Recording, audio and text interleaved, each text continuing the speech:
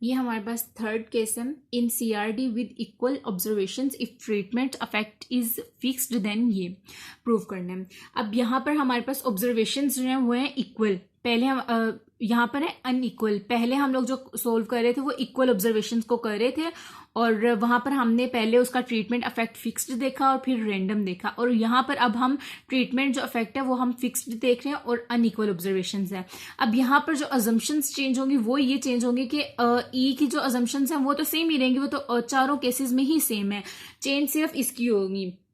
यहाँ पर क्या आएगा कि समीशन आर जे और अल्फा जे जो होगा वो 0 हो जाएगा अनइक्वल ऑब्जर्वेशंस में। और यहाँ पर ये एक मतलब बात पता होनी चाहिए कि ये जो आर होता है, कैपिटल आर होता है, वो टोटल नंबर ऑफ ऑब्जर्वेशंस को डिनोट कर रहा होता है, और आर जो होता है वो इक्वल होता है आर के। मतलब जहां आर के होता है आप वहां पर आर भी लिख सकते हो, जहां आर हो वहां पर आर के भी लिख सकते हो। ये यहाँ पे यूज भी होना है इसलिए भी लिखा हुआ है। और स्टेप्स जो है वो सेम फॉलो करने हैं, सिर्फ अजम्पशंस ही हैं। Let's start. अब हमारे पास ये है, ठीक है। अब यहाँ पर देखिए हमारे पास वाई आई जे, ये हमारे पास है मॉडल। ओके, स्टेप 1 में हमने क्या करना है कि जी फाइंड करना है, उसके बाद फिर जी स्केयर ले लेंगे, फिर उसको डिवाइडेड बाय आर के करेंगे, वो आ गए। पहले सबसे पहले स्टेप क्या था कि जी हमने लेना है। जी हमारे पास क्या है, समीशन आई और समीशन जे, बाकी ये हमारा मॉडल है। हमने अपना मॉडल यहाँ पे लिखा, उसके बाद जब इसको अप्लाई किया तो अप्लाई कैसे करना है कि सबसे पहले हमने पहली टर्म को अप्लाई करना है। पहली टर्म को अप्लाई किया तो वो हमारे साथ आर जे आ गई, ठीक है। अभी देखिए ये जो जे है ये हमारे पास एज अ वेरिएबल हो गया, और यहाँ पर ये वाला जो समीशन है वो खाली इस जे के साथ मल्टीप्लाई हो गया। उसके बाद जब अल्फा पे अप्लाई किया तो हमारे पास क्या आ गया कि ये जो है आर जे आ गया। उसके बाद हमारे पास ये जो समीशन अप्लाई किया ये इससे पहले समीशन अप्लाई आ गया, आर जे के साथ आ गया, और अल्फा जे वैसे ही आ गया, और इस पर डबल समीशन आ गया। अब हमने ये जो अभी अजम्पशंस पढ़ी है कि हमारे पास आर जे और अल्फा जे का जो सम होगा वो 0 के इक्वल होगा। यहाँ पर ये तो होगा वैनिश। अब हमारे पास ये आ गया और ये आ गया। अब समीशन आर जे हमने यहाँ पर देखे समीशन आर जे, देखिए टोटल नंबर ऑफ ऑब्जर्वेशन किसके इक्वल होंगे, आर के। तो ये टोटल नंबर ऑफ ऑब्जर्वेशन है ये किसके इक्वल होगी, आर के, और बाकी म्यू वैसे ही आ गया। बाकी ये जो है हमारे पास रिमेनिंग रहा। अब हमने क्या जी का स्केयर लेते हैं, ये हमारे पास जी आ गया, इसका हमने लेना है स्केयर। ये देखिए नेक्स्ट लिखा भी हुआ है, ये हमने इसका स्केयर लिया, ठीक है। तो वो बिल्कुल जैसे हमारे पास ए प्लस बी का होल स्केयर किसके इक्वल होता है, ए का स्केयर प्लस बी का स्केयर प्लस 2ab, वैसे ही लिखा है। और यहाँ पर हमारे पास डबल समीशन आई जे रैंडम वेरिएबल है, तो उसका हमें पता है कि किस तरीके से उसका जो समीशन होता है वो इसके इक्वल होता है। यानी कि पहले ये टर्म लिख दी, अलग से स्केयर ले लिया +2, और फिर डबल समीशन लगा के आई नो इक्वल होता है जी के और जे इक्वल नोट होता है एच के, और दोनों टर्म यानी कि कोवेरियंस लिख दिया, ई आई जे और फिर जी एच लिख दिया, और बाकी ये जो ऐसे ही आ गया है।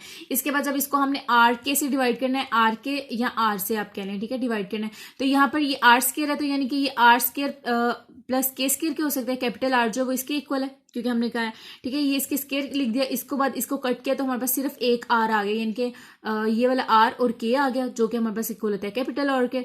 बाकी ये हमारे पास आ गया, इसमें से आर के वैसे ही आ गया, इसमें से 2 आर के वैसे ही आ गया, और इसमें से ये जो है ये वाले आर के साथ कट हो जाएंगे, ठीक है। वो आर को यहाँ ओपन कर लो या नीचे आर लिख लो, वो कट हो गया, और उसके बाद हमारे पास ये टर्म आ गई। ये हमारे पास लास्ट जो पेज पे थी वो वाली टर्म लिखी है। अब इसको हमने इस पे अप्लाई एक्सपेक्टेशन किया। ये तो आप देखिए आर के को आप कैपिटल आर से डिनोट कर सकते हो, तो आपने यहाँ पर आर लिख दिया, कैपिटल आर। उसके बाद ये हमारे पास म्यू स्क्वायर आ गया। एक्सपेक्टेशन अप्लाई करने के बाद इस पे यहाँ पर अब आर्ट्स के ये ऐसे ही आ गया, और यहाँ पर जब एक्सपेक्टेशन इस चीज़ पे अप्लाई होगी तो ये हमारे पास सिग्मा स्केयर आ जाएगा, ठीक है। और ये वाला जो है हमारे पास सिग्मा स्केयर आ जाएगा, और ये यानी कि देखें आई और जे यानी कि आर और के आ जाएगा। तो स्मॉल आर के किसके इक्वल होता है, कैपिटल आर के, तो हमने खाली डायरेक्ट आर भी लिख दिया, मतलब लिख भी सकते हैं। और ये जो है ये 0 की टर्म हो जाएगी, और ये भी 0 को इक्वल हो जाएगी, वो हमने ऐसे ही लिख दिया। अब रिमेनिंग हमारे पास ये टर्म रही है, और ये इसको हमने इक्वेशन 1 यानी कि ये हमारे पास करेक्शन फैक्टर है। स्टेप 3 में अब क्या करना है, हमने total sum of square find करना है। Total sum of square find करने का हमारे पास ये फॉर्मूला है। हमने अपना मॉडल लिखा, उसका स्केयर लिया, और उसके बाद डबल समेशन अप्लाई कराना है। स्केयर जब ओपन किया तो वो हमारे पास ये आ गया, mu square plus alpha square plus epsilon square plus 2 mu, ठीक है। मतलब बिल्कुल वैसे ही ओपन किया जैसे A square plus B square plus C square plus 2ab plus 2bc plus 2ca, इस फॉर्मूले के मुताबिक इसको ओपन किया। ओपन करने के बाद जब डबल समेशन इस पे अप्लाई किया तो आर के आ गया, आर के को मैंने डायरेक्ट कैपिटल आर लिख दिया, और इसके बाद म्यू स्केयर वैसे ही आ गया। जब इस पे अप्लाई किया तो यहाँ पर अल्फा जे स्केयर था, ठीक है। पहले समीशन आई का आपने अप्लाई करना है। जब भी आप अनइक्वल का केस करें तो आपने ये बात जहन में रखनी है कि पहले आपने समीशन आई अप्लाई करवाना है। आई अप्लाई करवाया है तो वो आर जे हो गया, आर जे के साथ फिर यहाँ पर समीशन अप्लाई हो गया, ठीक है, अल्फा जे स्केयर आ गया, प्लस फिर उसके बाद ये टर्म आ गई, डबल समीशन इस पे वैसे अप्लाई हो गया। और इसी तरह जब इस पे आया तो पहले हमारे पास आर जे आया और फिर उस पे समीशन जे अप्लाई हो गया। यहाँ पर देखें हमारे पास क्या आया, ये वाली पहले टर्म लिख दी है, ठीक है। इस पे जब अप्लाई करवाया तो डबल समीशन आई जे आ गया और यहाँ पर भी डबल समीशन आई जे आ गया, ठीक है। वो एक ही आ जाएगा उसके बाद जब हम करेंगे उसको apply expectation on both side. जब दोनों साइड पे अप्लाई एक्सपेक्टेशन की, ये हमारे पास सेम आ गया, ये जो है वैल्यू ये भी सेम आ गई। अब ये देखें ये हमारे पास कैसे बनी, एक्सपेक्टेशन जो थी वो वैल्यू इस पे अप्लाई हुई, इस पे अप्लाई हुई तो ये हमारे पास सिग्मा स्केयर आ गया, ठीक है। और यहाँ पर जो ये था, ये आर जे और के था, ये आर के किसके इक्वल होता है, कैपिटल आर के, ये देखें। और बाकी ये सारी टर्म जो है वो जीरो के इक्वल होगी। अब हमारे पास इक्वेशन 2 जब हमने इसको सिंप्लीफाई किया है, ये जीरो अप्लाई मतलब ये सारे जीरो हो गए और इसके बाद जब ये हमारे पास ये आ गया, ठीक है, ये हमारे पास इक्वेशन 2 आ गई। अब यहाँ पर हमारे पास ये सिर्फ ये वाली टर्म आई है, हम लोगों ने टोटल एसएस फाइंड करना है तो इसमें से भी करेक्शन फैक्टर जो है वो माइनस करना है।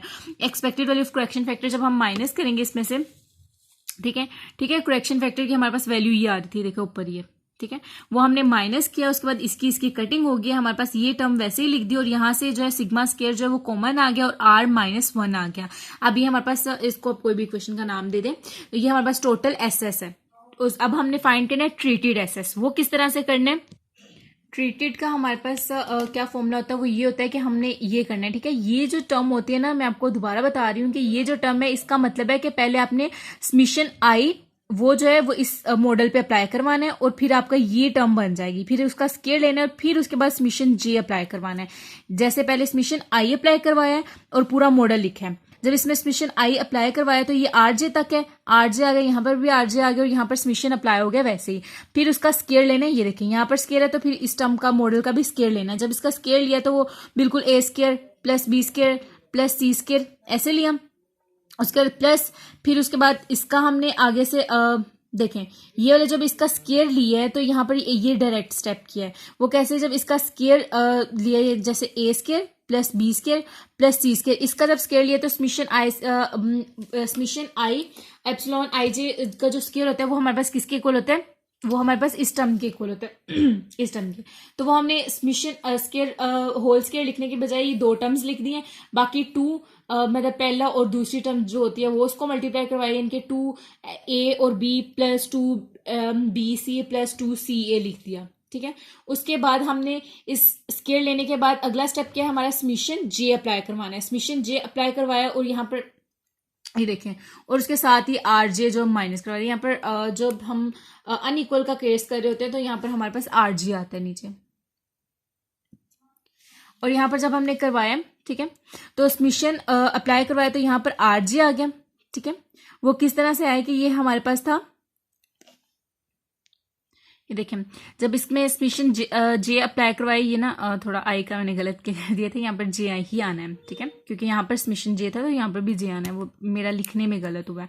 अच्छा, अब यहाँ पर अप्लाई कैसे करवाया कि ये देखें ये हमारे पास है, इस पर जब अप्लाई किया है तो ये वाली टर्म एक आर से कट हो गया, पीछे हमारे पास क्या रह गया, ये जो समीशन जे है ये इस पे अप्लाई हो गया, यानी कि 1 आर पे, और बाकी म्यू ऐसे ही आ गया। यहाँ पर भी ये एक आर से कट हो गया, बाकी समीशन जे आ गया और आर जे और अल्फा जे स्केयर आ गया। इसी तरीके से यहाँ पर ये वैसे ही आ गया आर जे, और ये जो समीशन है ये हमने अप्लाई करवा दिया, एक समीशन ये वाला जो इसका साइड पे लिख दिया। इसी तरीके से जब हमने इस पे किया तो यहाँ पर भी हमारे पास आर जे वैसे ही आ गया। आप इसको यहाँ पर एक साइड पे भी लिख सकते हो, आर जे 2/RJ भी लिख सकते हैं। इसी तरीके से ये सारे सेम ही मतलब एक ही पैटर्न पे हैं, आप देख सकते हैं। ये देखें करवाने के बाद अब हमने एक्सपेक्टेशन ऑन बोथ साइड, जब दोनों साइड पे एक्सपेक्टेशन अप्लाई किया तो हमारे पास क्या आएगा, हमारे पास एक्सपेक्टेशन अप्लाई करने के बाद यहाँ पर जब एक्सपेक्टेशन हमने अप्लाई की तो ये वाली जो टर्म है हमारे पास, ये जो टर्म है ये हमारे पास किसके इक्वल होती है, आर के, तो वो हमने कैपिटल आर के लिख दिया और म्यू स्केयर लिख दिया। ये हमारे पास कांस्टेंट है, इसलिए summation expected value for constant मतलब इट सेल्फ कॉन्स्टेंट होता है, तो यानी कि ये वैल्यू ही आएगी। उसके बाद जब हमने इस पे अप्लाई करवाई तो ये भी हमारे पास कॉन्स्टेंट हो रहा है, इसलिए मतलब constant as a constant treat हो रहा है, ये भी वैसे ही आ गया। जब इस पे अप्लाई करवाई तो ये हमारे पास सिग्मा स्केयर आ जाएगा, और सिग्मा स्केयर के उसके बाद जब हम इसको ओपन करेंगे डबल समेशन को, तो वो आरजे से यहाँ पर कैंसिल आउट हो जाएगा, और बाकी हमारे पास ये रह जाएगा, और सिग्मा स्केयर वैसे ही आ गया। और ये जब एक्सपेक्टेशन इस पे अप्लाई होगी तो ये भी 0 बन जाएगा। उसके बाद जब यहाँ पर आएगी तो यहाँ पर भी ये वैल्यू भी 0 बन जाएगी। उसके बाद देख ये तो वैसे ही 0 बन जाएगी ना आरजे, और ये जो सबसे पहले हम लोगों ने यही अजम्पशन में पढ़ा था। उसके बाद जब इस पे आएगी तो ये भी 0 बन जाएगी, क्योंकि यहाँ पर EIJ है, ये देखें ये EIJ है, ठीक है। और उसके बाद नेक्स्ट टर्म में भी ऐसे ही है कि वहां पर भी हमारे पास EIJ है, तो वो भी हमारे पास 0 बन जाएगी उस पर जब एक्सपेक्टेशन अप्लाई होगी। नेक्स्ट स्टेप में आप देखें कि हमने क्या किया कि उसके बाद जब एक्सपेक्टेशन अप्लाई करवाई हमारे पास ये टर्म आ गई, इसका भी हमारे पास ये इसके साथ कट होगी, तो ये के जो है ये वैसे ही मल्टीप्लाई हो गया। अब ये हमारे पास आ गया ट्रीटेड एसेस। हमने प्रूव क्या करना था कि ट्रीटेड एसेस आ गया, मतलब ये हमारे पास सिर्फ ये चीज़ है ये, ठीक है। इसके बाद करेक्शन फैक्टर जब इसमें से माइनस किया तो हमारे पास ये टर्म आ जाएगी। आप यहाँ पर स्टेप वाइज करके भी देख सकते हैं, आपके पास यही आएगा। उसके बाद नेक्स्ट स्टेप क्या था कि टोटल में से ट्रीटेड माइनस करके हमने उसको डिवाइड कर देना था उसकी डिग्री ऑफ फ्रीडम पे। ये देखें ये स्टेप 5 है, इसमें हमने जो हमारे पास एक्सपेक्टेड वैल्यू ऑफ एरर लिख लें, सम ऑफ एरर MSE, ठीक है, वो एक ही बात है। अब यहाँ पर क्या था, टोटल में से ट्रीटेड माइनस करना। ट्रीटेड माइनस किया तो हमारे पास ये देखें, टोटल में से ट्रीटेड माइनस किया तो हमारे पास ये आ गया, इसमें से सिग्मा स्क्वायर कॉमन ले लिया, ये टर्म आ गई, इसमें से किया तो R ओवर R माइनस क्या आ गया, ये R जो ये N के इक्वल भी होता है, हमने लोगों ने पहले पढ़ा है। तो ये हमारे पास डिग्री ऑफ फ्रीडम है, इसको डिग्री ऑफ मतलब इस वैल्यू को degree of freedom R minus के पे जब डिवाइड किया तो हमारे पास खाली सिग्मा स्क्वायर आ गया। तब देखिए ये एरर को जब हमने R माइनस के पे डिवाइड किया तो वो हमारा एरर जो होता है सम ऑफ स्क्वायर ऑफ एरर, ठीक है, उसको R माइनस के पे डिवाइड किया तो वो हमारे पास किसके इक्वल हो गया, MSE के इक्वल हो गया। MSE जो हमने ये तो प्रूव करना था कि expected value of MSE is equal to sigma square, तो वो हमने यहाँ पर हिंस प्रूव। अब हम अगले वीडियो में करेंगे केस 4।